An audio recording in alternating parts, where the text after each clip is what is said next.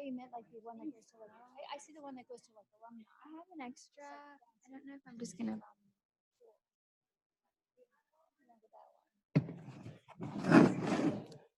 So, no. But I organize the political election series, and I'm always trying to figure out like with each group of students that comes in, like what's the best way to do it. I just started a Facebook like. Hello. Hi, everyone. Thanks for coming tonight. So my name is Quinny Sanchez. I am a second-year MSW student here at the UNC Chapel Hill School of Social Work, and I am part of the Latinx Caucus. So this event tonight, Don't Look Away panel, was created in collaboration with the Latinx Caucus, the Social Justice Action Coalition, and the Jordan Institute for Families. So the primary goal of our panel tonight is to educate the community, students, community members on immigrant family separations and to gather information on what is in our power to do to create a change. So we've invited representatives from various organizations to share their insights with us.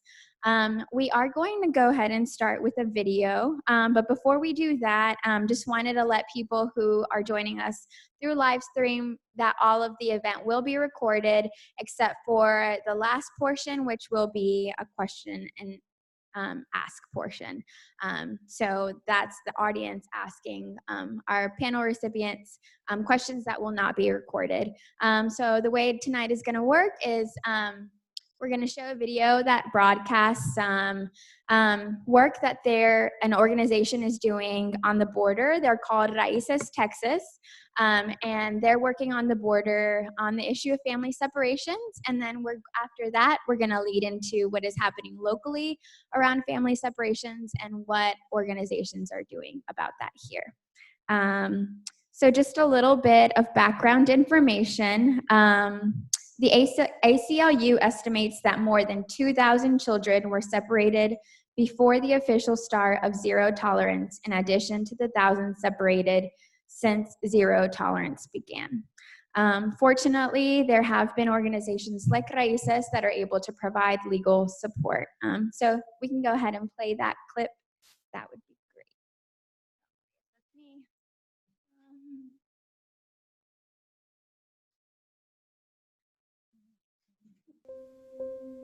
Immigration has become the defining challenge of our generation. Communities are under attack because our U.S. policies are pushing people into the shadows.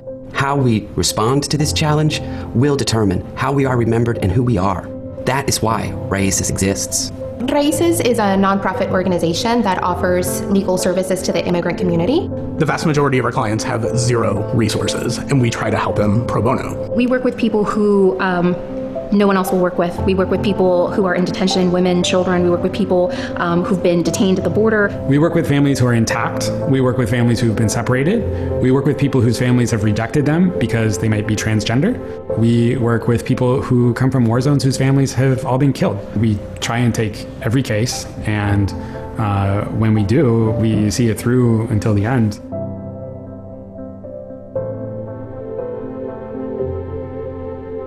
I look at our clients and I see my own family. I am the product of an immigrant family's journey. Many of us that work for this organization are immigrants ourselves. I'm a former refugee from Iraq. I came in 2010. My client have the same story as mine. My grandpa was an immigrant from Cuba, and really when I look at my clients, I think of him and I think of the rest of my family. As someone who came to this country undocumented, I feel privileged and honored that I'm able to do this.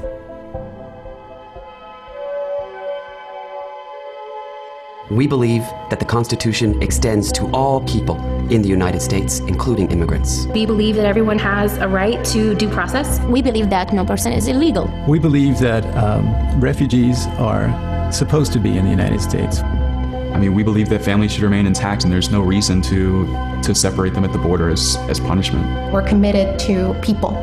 We're not committed to parties. We're committed to the people. We believe that we're all human beings and we deserve to be treated well. Raíces was founded in 1986 and born from the sanctuary movement, which itself was a response to immigration policies in the early 80s that really made it impossible for Central American refugees to seek protection here in the United States. It was a two-person office to begin with. We didn't have air conditioning or heat. We were distributing food, clothing, had medical care. We weren't doing visa work until probably around 2000. When I started at Raíces almost 20 years ago, we were only 3 people, okay? 1 attorney, another legal assistant, and myself. We've been here for a long time, and yes, we've met each crisis as it's come. We just need to keep growing and growing because there is a lot of people out there that needs our help.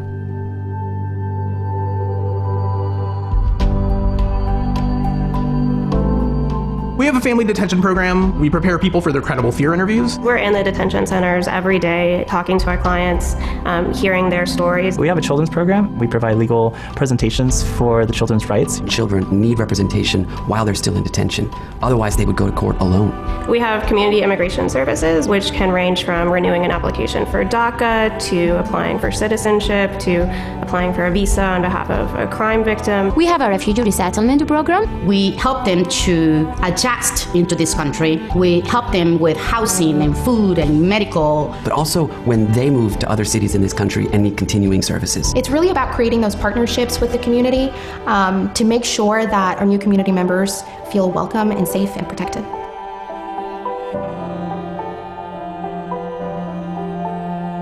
Last year I was almost deported, and Raíces came in, and without knowing anything about me, they helped me, and I don't think I would be there if Raíces hadn't helped. I hope that one day our clients can be able to walk out on the street without a fear in their hearts. I want to be able to have a country where we can welcome asylum-seeking families in a system that isn't designed for them to fail. They're a grassroots kind of organization that helps the community at the most basic level. They went out of their way to help me, and because of them, I'm able to keep going to school. I'm able to keep the life that my dad brought me here to build. When you work at Raíces, you actually get to witness our nation being born anew. Every time we work with a client, you're literally watching the beginning moments of one of those stories that we hear about. We talk about our forefathers. We actually work with people who will be the mothers and fathers of the future generation of Americans. The most patriotic people that I've ever met are new immigrants. The most ambitious people, the most qualified people. These are the best people that their countries are sending. Why? Why would you want to close the door on that? We've been doing this work for more than 30 years. We were here before. We're here now, and we're not going anywhere.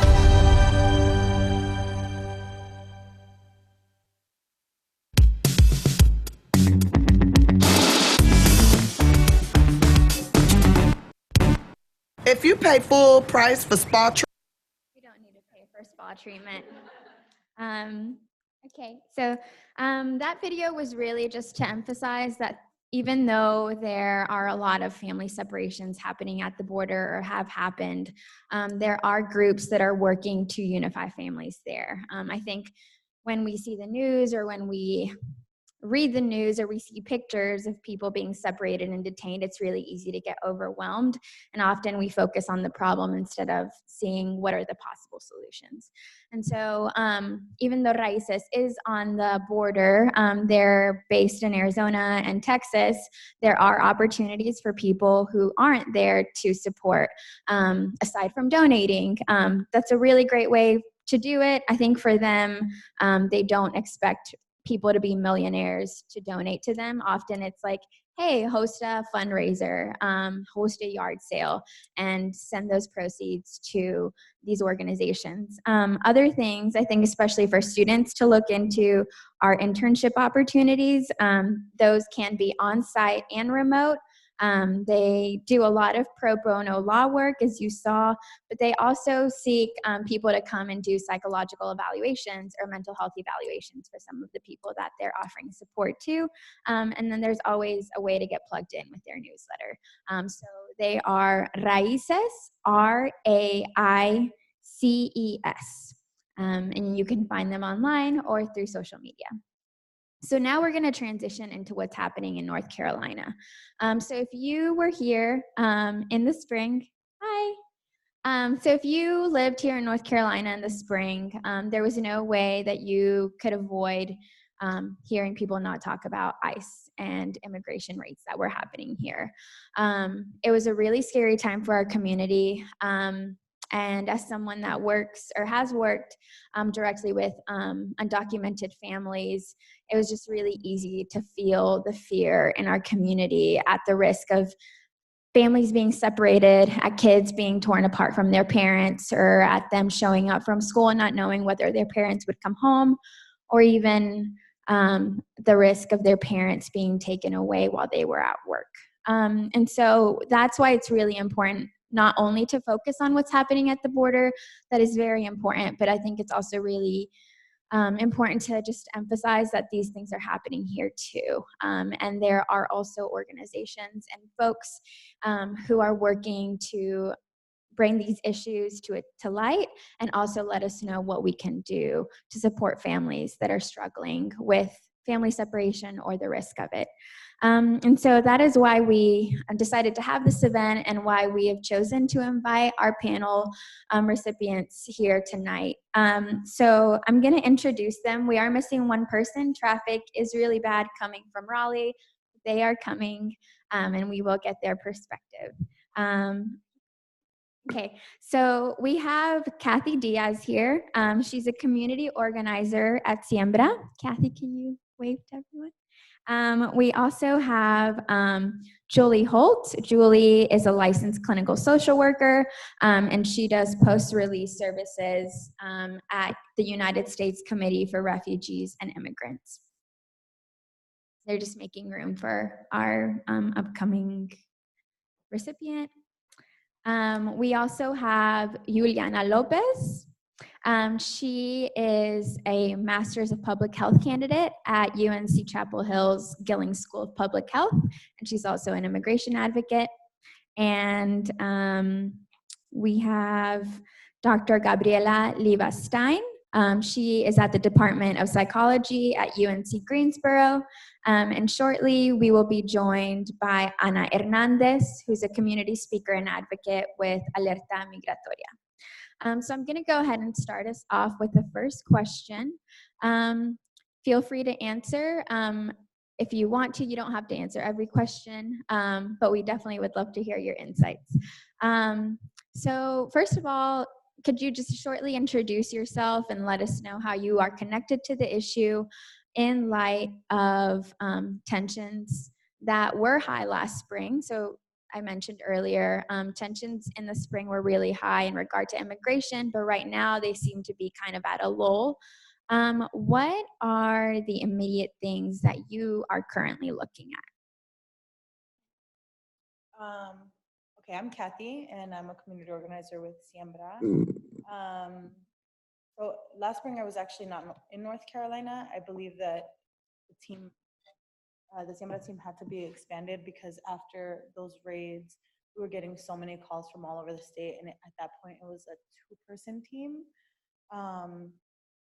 And they did have volunteers at that time, but it wasn't, I mean, as you can imagine, it's like hundreds of calls coming in, people terrified, right? Kathy, can you explain a little bit more about what kind of calls you all were getting, the context of Siembra? So Siembra has a hotline, and we ask people to call that hotline if they believe that there's an ICE sighting or if there's about to be an arrest happening. And so the core team, we all get those phone calls. And like I said, at the time, it was 2 and like a super volunteer. Then Juan Miranda came in and was also, I believe, on the phones. But we also have like this solidarity committee that's epic. And they have, some of them are what we call verifiers. So the calls come in and then we shoot out a mass text message to these verifiers, depending on what county. We're only in 5 counties right now, so at the time there was a lot of places that we couldn't reach, right? But the verifiers, let's say it's 200 people, we're just like, hey, can anybody go to blah, blah, blah? And whoever shoots the message of like, yeah, I can be there in 5 minutes, and that person goes. We ask them to take pictures, right? So a lot of what the hotline has been is a psychological intervention. because there's a ton of panic, and panic immobilizes you. And we're trying to make sure that our people can live here with dignity, right? So many of my family members like take off an entire week when there's even a rumor of a raid. So like after seeing what happened, people were just scared for a long time. So sometimes just having that person that's like calm and that sees you, it goes a really long way, you know? And then if we're able to like provide like the verifier, then it's like they feel even more secure and taken care of at a time where what you're feeling is a lot of like, I'm bad, I'm not supposed to. And we try to offer like, no, you're not. Like you're a person who's trying to live, and you have that right, and you're loved, and we will show up however we can, even if that just means like multiple phone calls, right? So that's what we do with the hotline. If someone is actually detained, and then we try to get someone to their house, to the family's house that day, for the same thing, that like connection of like, hey, we see you, we care, you're not alone. And then also we have this fund that our members have created through ventas de comida, selling food, yard sales. It's amazing how amazingly kind like people can be with their time and their skills. And that fund is just for people who are affected by ICE. And so that day we'll like bring a check, and it's like, we don't ask like for requisitos, like requirements. It's just like, is there a financial need? Like, what do you want us to write the check for? You know what I mean? Because so many places are like, well, you have to prove to us, and we're not. It's the whole like autonomy thing. Like, you just need support to like, here you go. What's the rest of the question? What are the immediate things that you're looking at right now in regard to family separation? Like, is there something that like is calling your attention at the moment? We're just trying to be really organized in case that there is another raid, right? And I think the immediate thing also is that we've been playing this defensive game, and we're trying to also play an offensive game, right? Like if we're just responding to crisis all the time, then that's just what we're doing, responding to crisis. But it's like there's this idea of like how trauma takes our creativity, and we're really trying to reclaim that. Like what is the world that we imagine, and how can we get it? And like one simple way, or not simple, right, but like obvious way, is like the elections. They're coming. How do we organize ourselves really well to go against this like well-oiled machine that doesn't have our best interests at the forefront? So we see that is why I came to North Carolina, is to kind of like jump on that side. The rest of my team does most of the defense work. But I don't know.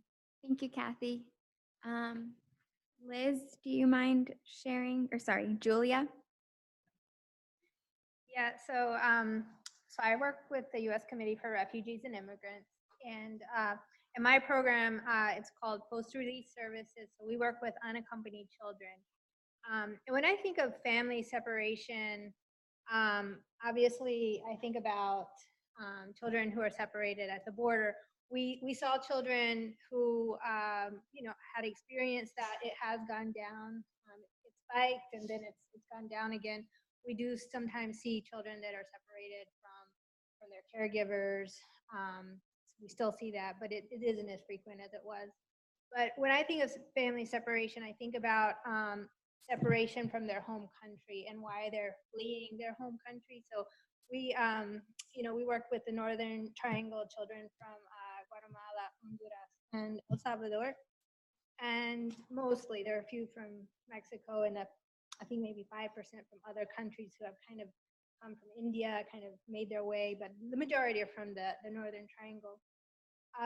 But these children are fleeing situations, whether it's domestic violence situation in their home, or their parents have been killed, and so they have to flee for that reason. Maybe they witnessed a murder, so they need to escape. There's a variety of reasons that they were abandoned and their grandparents were taking care of them, but their grandparents are too sick, so they needed to cross. There's so many reasons. So when I think about family separation, I think about those children leaving what they know and then having to adapt to this country. So what happens, they make this really difficult journey a lot of the time to get to the US-Mexico border. They've gone through the whole country of Mexico, and they've gotten there. They're picked up by the Office by Migration. They go to the Office of Refugee Resettlement, ORR, and they're held in a shelter until they can find a sponsor who will be willing to help them. And a lot of times they're trying to reunite with somebody, with their parent or their grandparents or an uncle, aunt, cousin, brother, sister.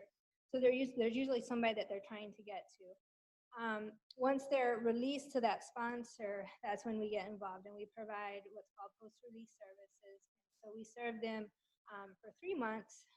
We make a home visit, we call them monthly, and then we do a second visit just to make sure that they're adapting and adjusting. Okay, we try to get them connected to mental health services and make sure that they're in school, make sure that they're connected to a legal representative. So the case managers are really working hard during those 90 days. The reason that those children are referred to us is because something has happened where they're a little bit more at risk. It could be that they did suffer some trauma in home country, that that it may be an unrelated sponsor. So they've been identified as a risk. Some of the children, when they've been abused or neglected, or they have a disability, or the sponsor looks like it could pose as a risk, then they'll get a home study. And those children that get a home study, those are the ones that are most at risk, and so we'll follow them until they turn 18 or they get legal relief. So, so that kind of in a nutshell is what we do. But I think, that's what I think about with family separation. Obviously, we're concerned about the raids that, puts fears in families. We're worried about, if the stepfather, on his way to work gets stopped and is detained, and then, then there's obvious, the financial difficulties that family now faces. So we're have more to work with that family. So that, in a nutshell, is what we're seeing, what we're working with, how we're trying to help families, but mainly getting them connected to, that they're okay in their families, that they're safe in their new home, that they're getting into the schools, that they're getting acclimated to that, that they're getting medical services, dental services. So there's a lot of work that our case managers do to help them. So.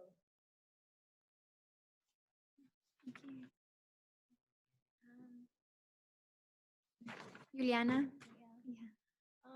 Hi everyone, buenas tardes. Yo soy Juliana Lopez. I'm from Southside Chicago. I grew up in el barrio de las Empacadoras, which is Southside Chicago. It's a predominantly Mexican American community, mostly Mexican immigrants, and I am a proud oldest daughter of Mexican immigrants. I'm the oldest of 4.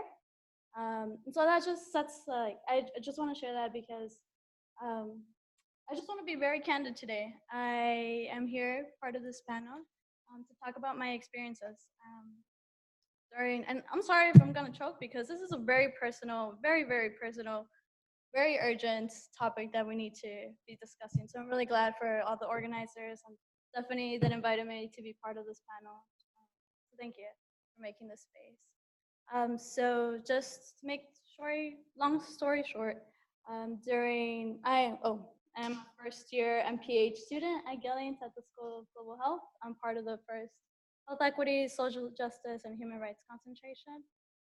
So when I was an undergrad, first generation student, my dad's dream, su niña grande, was to go to college, right? And so I was awarded 2 full ride scholarships to go out of state to leave Chicago, which was just our little bubble, our little home. We were safe. I just grew up around Mexican Americans. Yeah, to Chicago. And so on his way there, he dropped me off. And I went to college in Vermont. So why Vermont? I don't know. I just got the money. I had to go. And so on his way there, it was okay. But on his way back, somewhere near Vermont, the border of Vermont, he got stopped by sheriff and completely racial profiling. Sheriff asked my dad, "You're brown. What are you doing here? You're not supposed to be here." And my dad explained, "Well, I'm just dropping off my oldest daughter at college. I'm gonna get out of your state. Just don't want to cause any trouble here." So sheriff did not like that. Did not like my dad talking back. So sheriff called immigration, and ICE came. So during that first day when my dad dropped me off, college, first generation, this was their dream. This is their dream to go to college. I was there, but on the first day, I was living my worst nightmare. So he spent 2 nights in jail at the border, completely bad situation. They took everything from him. They criminalized him. He was just dropping off his oldest daughter at school, just trying to get my education, and criminalized him. They threw him in a jumpsuit, orange jumpsuit. They didn't give him food for 2 days. They let him sleep on the floor, a very freezing cold. So then we've been going through this process for 4 years. Well, now it's gonna be 5 years, where I am fighting to keep my family together. I've gotten 3 lawyers throughout this time, throughout these 5 years, trying to fight to keep my dad with us.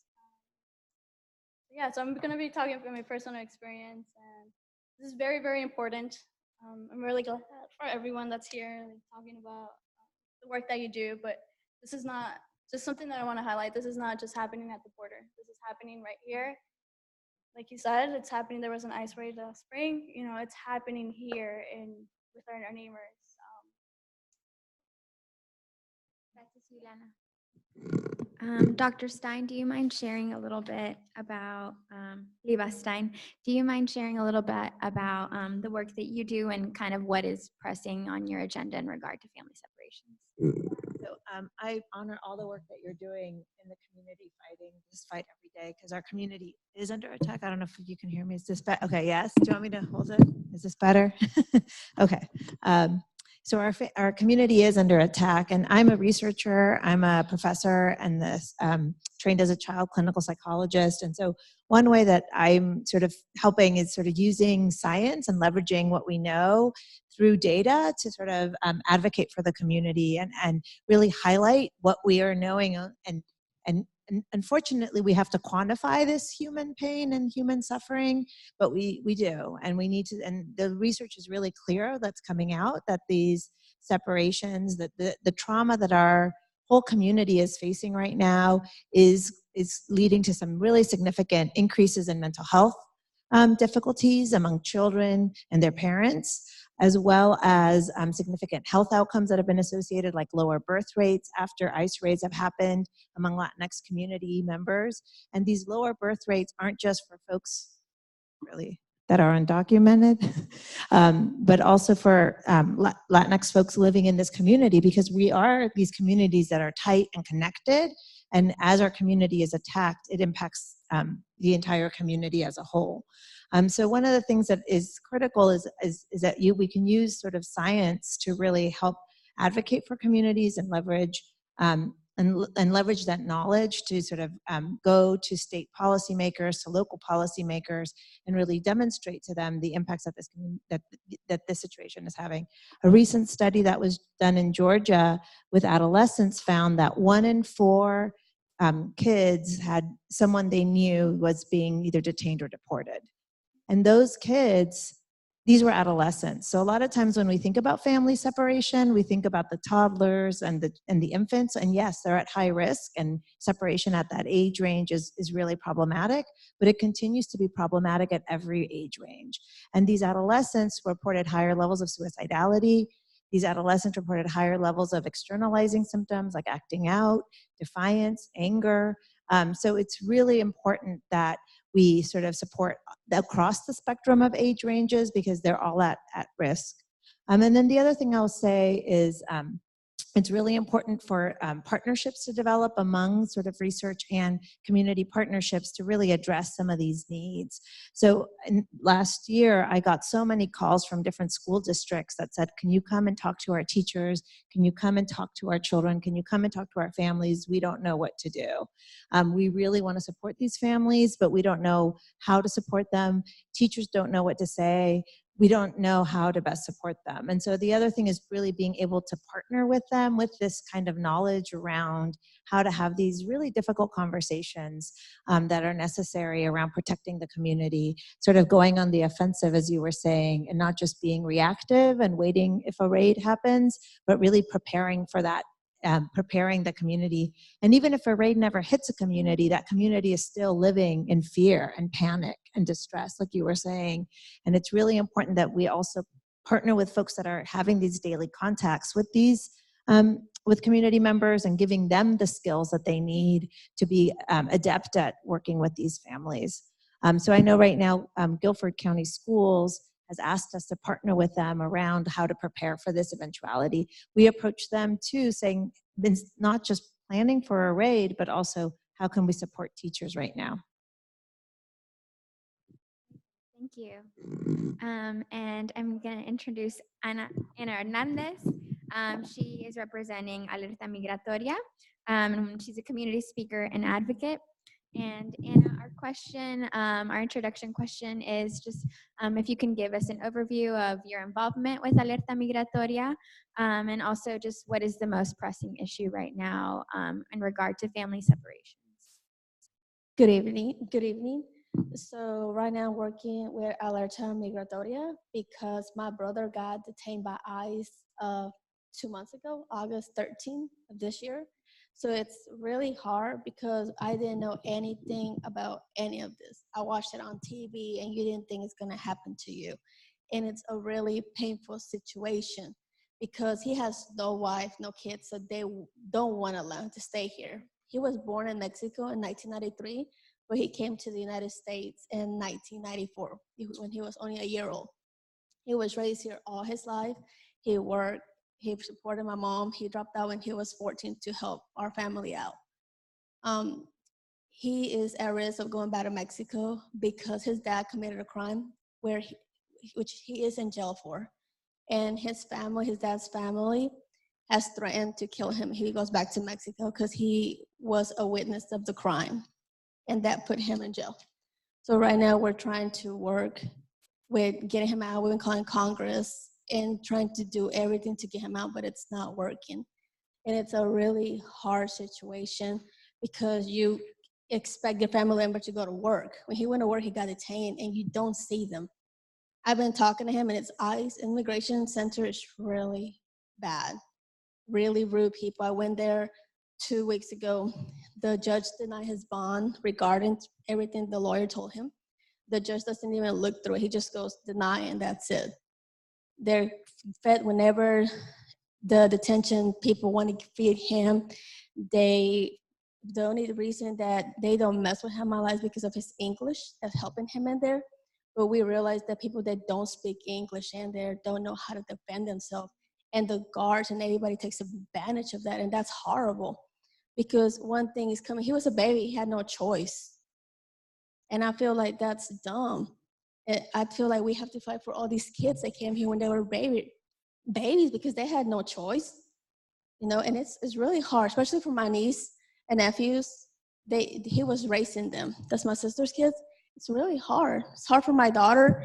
She's right there and she can tell she misses her uncle. And I miss my brother very much, but we're gonna keep fighting, not to just get my brother out, but to help anyone that's here because it's really hurtful and it's a painful situation.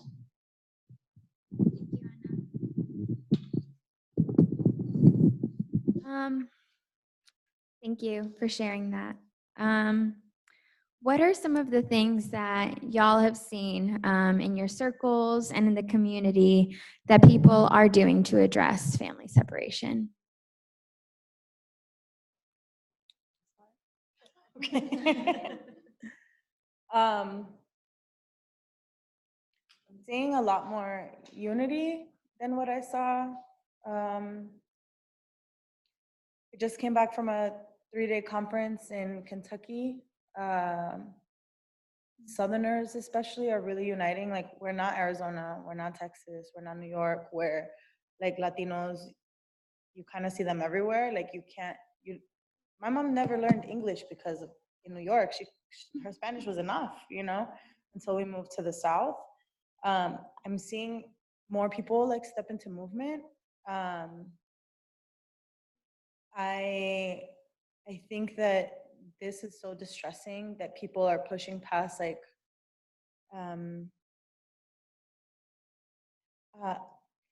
we numb so hard kind of to go through the world and to like do what we need to do for our families to be okay.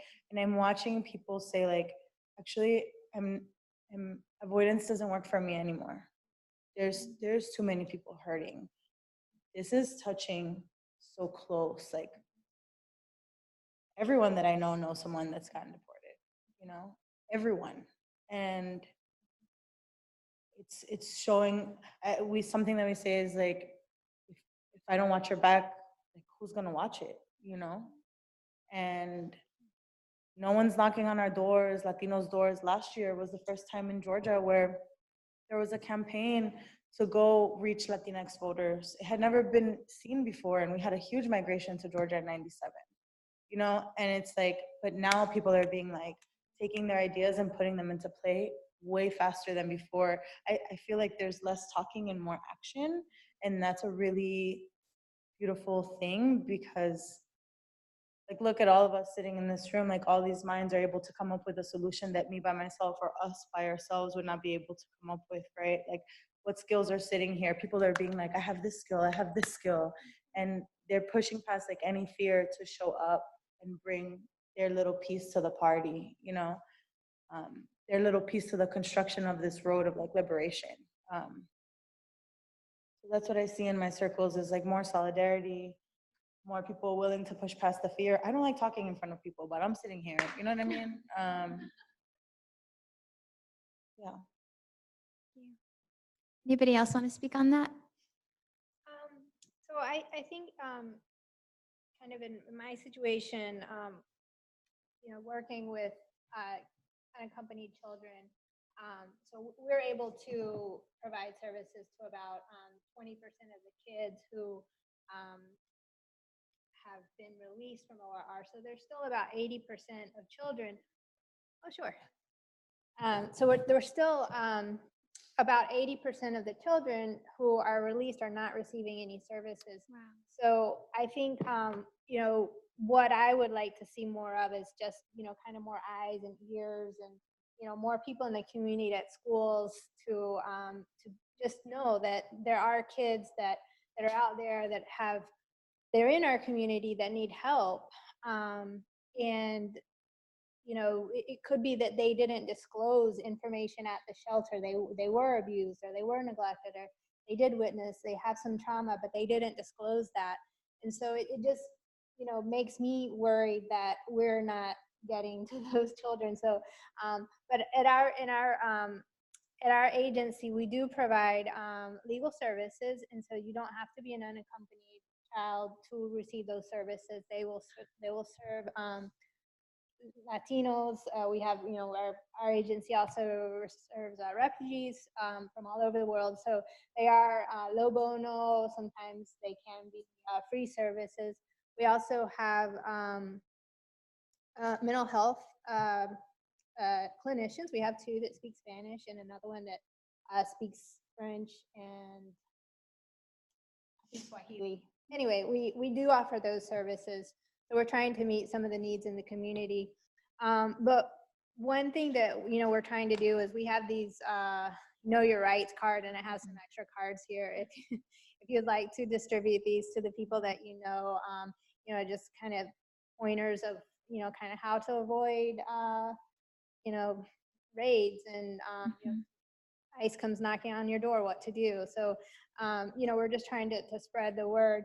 I think what you're saying is I do see that we are, getting together and brainstorming. We're coming to these events.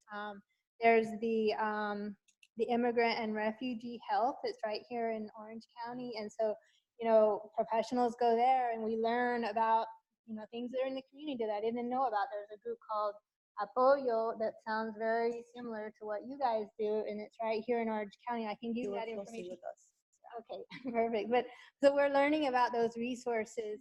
I'm a member of ALPES, which is a group in Raleigh, and we, it's professionals that get together. And again, kind of what you were saying, that, we know about this and we know about that, and we share, and, the different resources that we have. So I just feel like people are, who really care about this population and want to see positive change. We're coming together and trying to organize.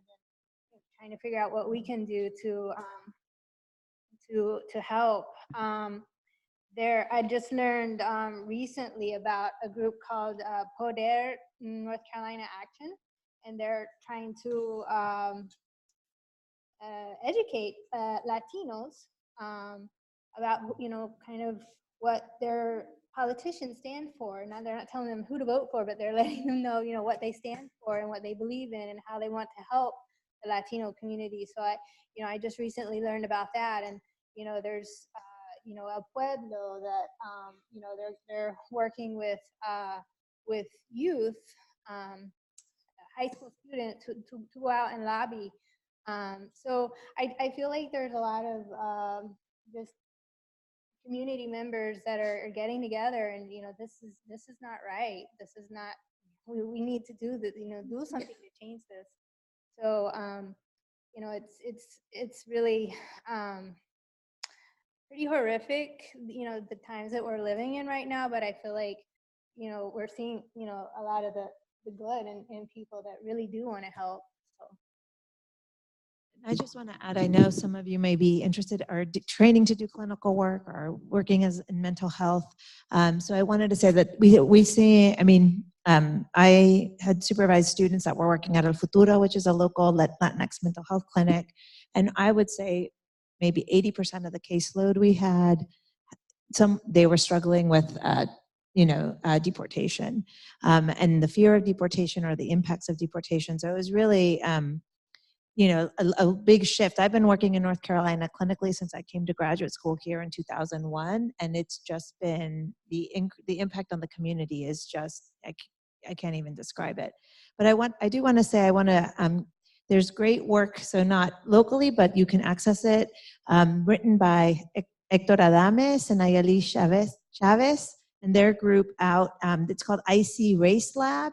And if you look up their work, they have a heart model for the support of liberation of Latinx and community helpers and people who are doing that kind of work in the community and providing those mental health services. And I think that's really innovative and thoughtful work that's coming out of their lab that I think is access. It's their publication. It's called the Heart Model, and the publication is public. It's available for everyone. You don't have to have a subscription to that. Do you mind repeating that person's name? Yeah, and it's Héctor Adames and Nayeli Chavez are the two lead authors. There's other people on it. I apologize. You said but I don't remember the entire. And it just came out 2018, I believe, in American Psychologist, or 2019. ICE Race Lab or IC Race Lab. I don't know how they. I can look it up on Twitter if you give me a minute. So they're just doing some really good writing around some of this and sort of thinking around what are the things that we need to attend to be trained as mental health clinicians to work with this population that's highly at risk. And then thinking also about that many of us are members of the community that's at risk. So that's secondary trauma that you're experiencing, that vicarious trauma, and that you're yourself are being traumatized is also important to think about. Thank you. Ana and Juliana, I have a question specifically for the both of you, and then after y'all talk, anyone else feel free to comment, but how can other people, specifically allies and people who aren't affected by immigration, how can they support the work that you're doing? And especially because we're a school of social work, how do you think social workers should be doing collectively to address this issue? Social workers, like counselors, caseworkers, program managers at nonprofits, government organizations. I think that it'd be really supported if they spread the word, you know, and like you said, it's really hard for some people because they're afraid, 'cause they don't want to get criticized or, you know, made fun of. And this is a hard situation. But I think like the last month, we have been working with 4 people who got detained, you know, so I feel like we do need more support, but I feel like the counselors that you said, they will be very supported in letting us, like teaching us what, because we're going to suffer both mentally and physically. You know, you don't expect it what we do, you know, because this is not just coming up here and saying everything every day. No, it drains your energy.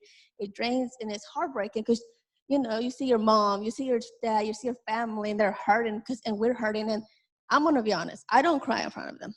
I'll let them cry because it already hurts me enough.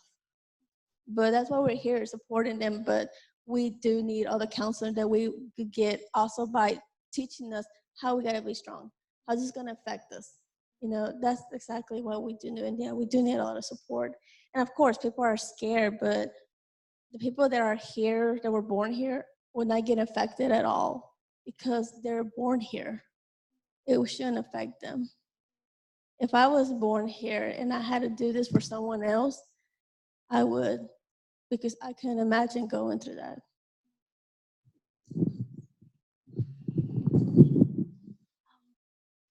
I think it's just to show up. I feel like we have a lot of privilege here. Yeah. Does this one work? Is this fine? Is that better? Closer? Oh my God.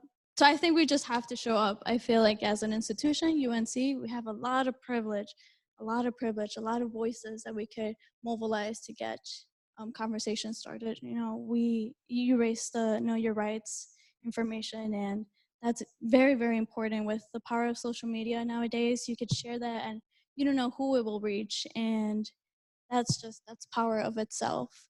But to our social workers, definitely learn. Ask if you don't know. We would share a lot of resources like we're sharing right now. Just ask if you don't know and keep on supporting and learning and pushing and show up. Again, show up. There's incredible organizations that just need people. We need bodies to mobilize, whether it be fundraising, translating, whatever it may be. Just support, just search for someone to hear us out. You know, it's very important. Are there things specific to your dad and your brother's cases that people can do? Is there anyone they can call? How can they support you while you're on this journey too?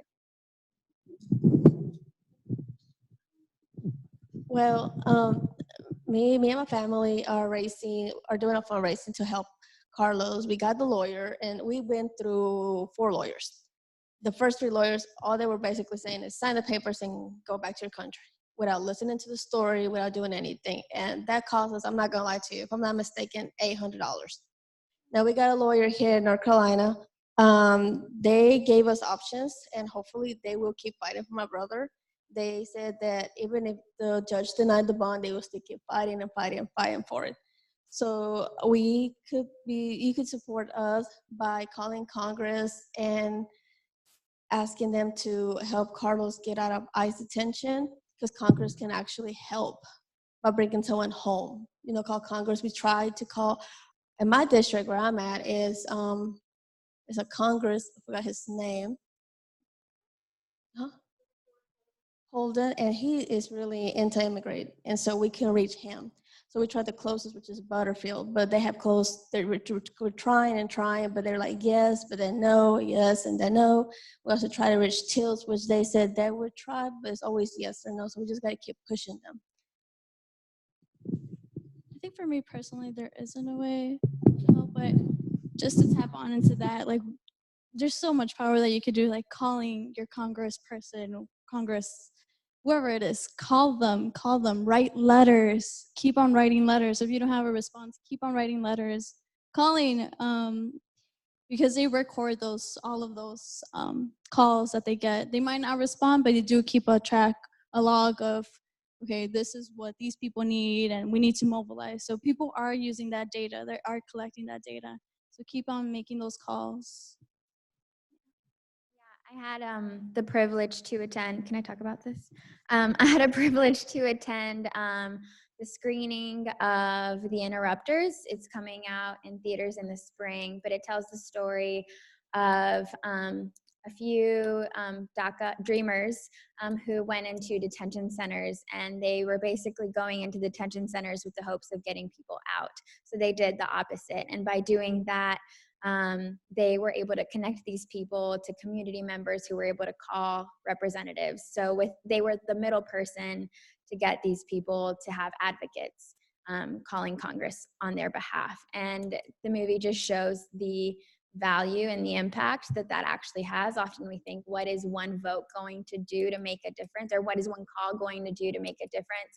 But when every person in this room makes a call in 10 minutes, that call is recorded and that email is logged, and that actually does make a difference.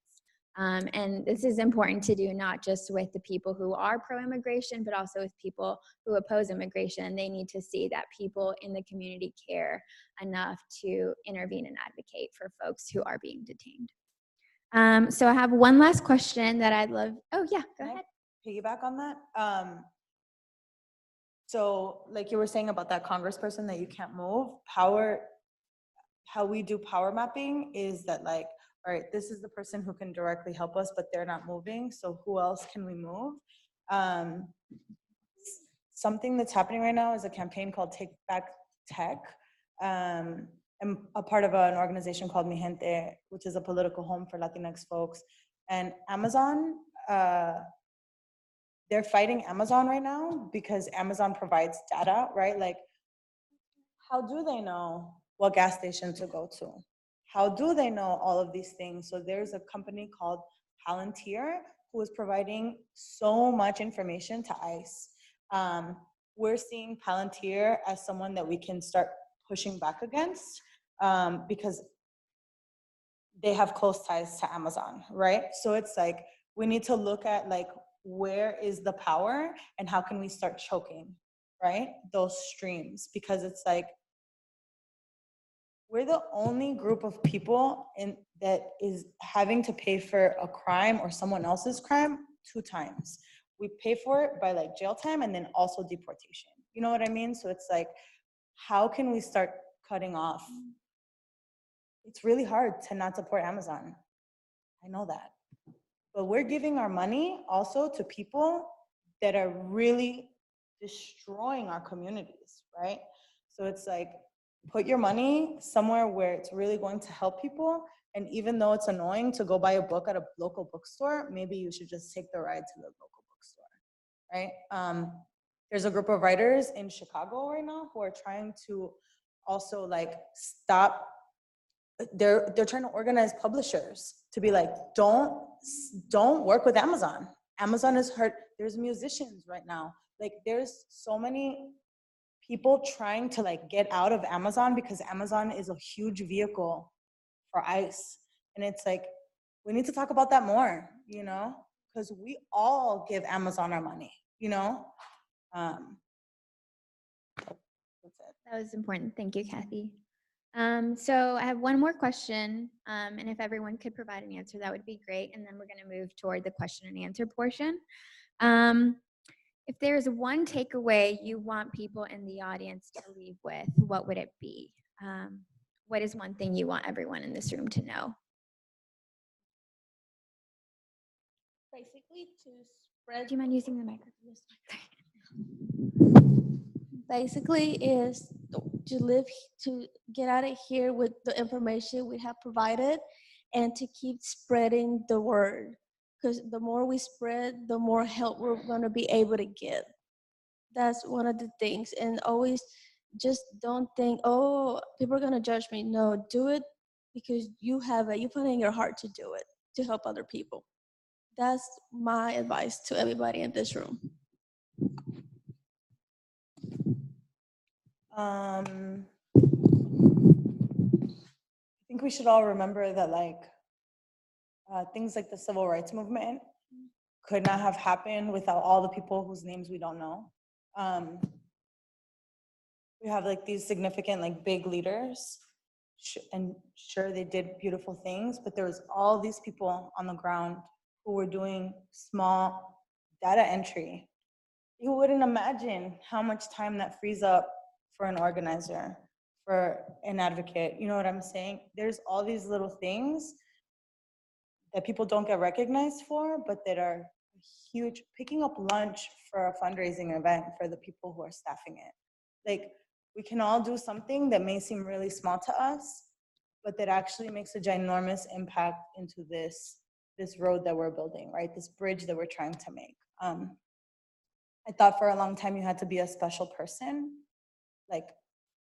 It takes one type of person to do this work. And it's no, it's everybody. It's the person who's wanting to play with the 3-year-olds so that we can have a reading group so that our folks can become a little bit more politicized, right?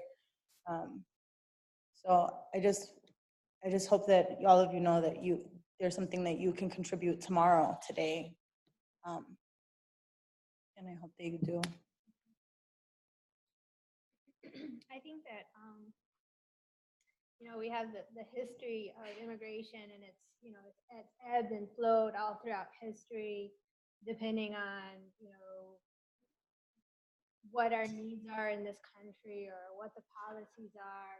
And so I think right now, 2016, was a huge election year. We have another huge election year coming up in 2020.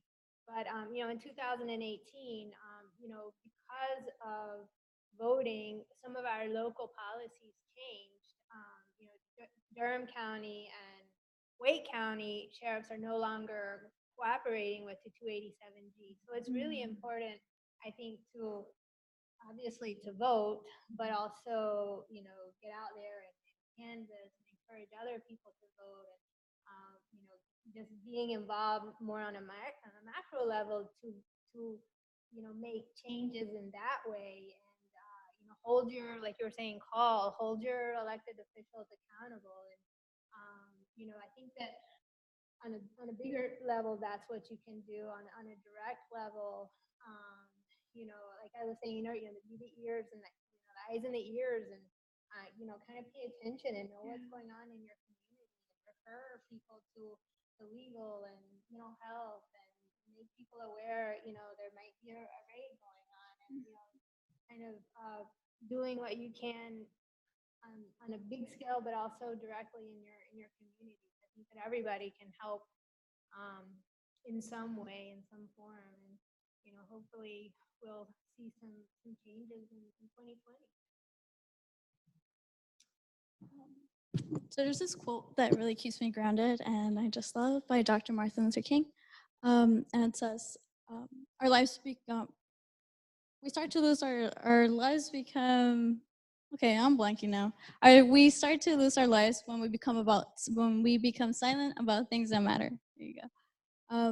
And that just holds so much power. If we become silent, if we keep on saying, well, there's nothing I could do, there's, other people are doing it, or other people are handling, well, let's pray for them, hopefully they'll figure it out. No.